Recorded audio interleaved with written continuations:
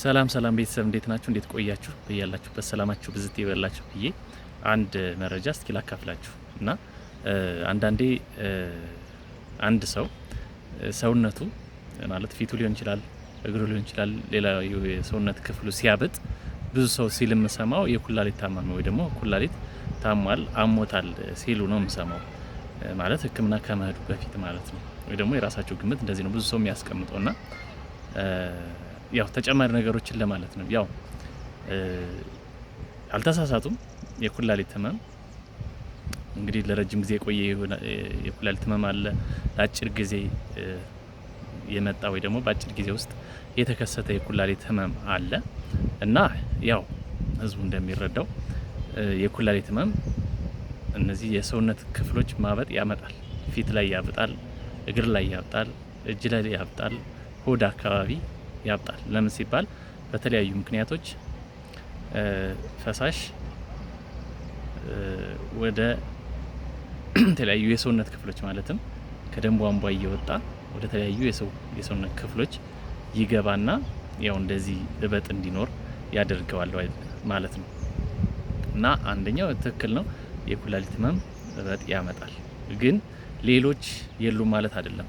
በርካታ የሆኑ ነገሮች የሰውነት ክፍል ሊያሳብጡ ይችላሉ። በርካታ የሆኑ የህመም አይነቶች ሰውነት ክፍልን ሊያሳብጡ ይችላሉ እና ያው በምን ለያቸዋለን? የራሳቸው አመጣጥ አላቸው ወይ ደግሞ የራሳቸው ምልክታቸው ይለያያል ማለት። ለምሳሌ እዚህ ምስሉ ላይ እንደምትመለከቱት የኩላሊት ህመም ሲኖር እበጡ የሚጀምረው ከፊት ነው ማለት ነው።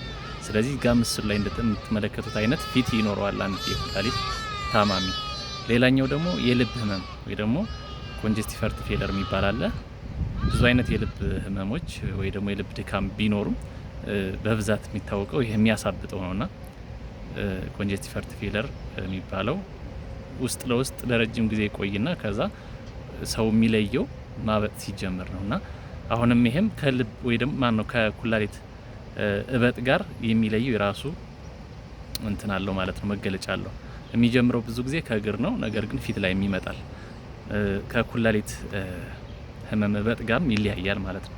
እንደምትመለከቱት ነው ማለት ነው። ስለዚህ ሁለተኛው የልብ ህመም ወይ ደግሞ የልብ ታማሚ የሆኑ ሰዎች እንደዚህ አይነት ፊት ሊኖራቸው ይችላል ማለት ነው። ሌላኛው ደግሞ በብዛት የሚከሰተው ህጻናት ላይ ቢሆንም የከፍተኛ የሆነ የምግብ እጥረት ወይ ደግሞ ማልኒትሪሽን የሚባለው ነገር ካለ እንደዚህ እንደምትመለከቱት አይነት እበጥ ሊኖረው ይችላል ወይ ደግሞ ምስሉ ላይ እንደምትመለከቱት አይነት የፊት ገጽታ ይኖረዋል ማለት ነው። ያው ፊት ላይ ስላተኮርኩ ነው እንጂ ሌሎችም የሰውነት ክፍሎች ያብጣሉ። ሆድ ይነፋል፣ እግር ያብጣል።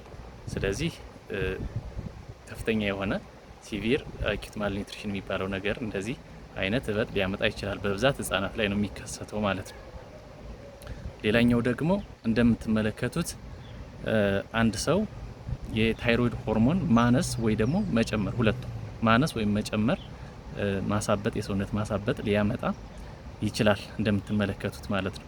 አንደኛው የመጀመሪያው የታይሮይድ ሆርሞን ማነስ ወይ ደግሞ ሃይፖታይሮይዲዝም የሚለውን አይነት ምልክት ነው ያለው። በእርግጥ ሌሎች ምልክቶች አሉት እንዳልኳቸው፣ ይሄ ብቻ አይደለም። ሁለተኛው ደግሞ ይሄ አይኑ ፈጠጥ ያለው እንደዚህ ያለው ግሬቭስ ዲዚዝ የሚባል ወይ ደግሞ ታይሮይድ ሆርሞን በጣም የሚጨምርበት እዚህ አካባቢ አንገት ላይም የሚያብጥ አውቶ ኢሚዩኒቲ ምክንያት የሚመጣ የህመም አይነት ነው ማለት ነው። ስለዚህ ስንት ነገርኳችሁ? 4 ነገርኳችሁ። ሌላኛው ደግሞ እበጥ ሊያመጣ የሚችለው በብዛት እግር ላይ ሆድ ላይ የሚከሰት ቢሆንም የጉበት ህመም ያመጣል። ሲኤልዲ ክሮኒክ ሊቨር ዲዚዝ ይባል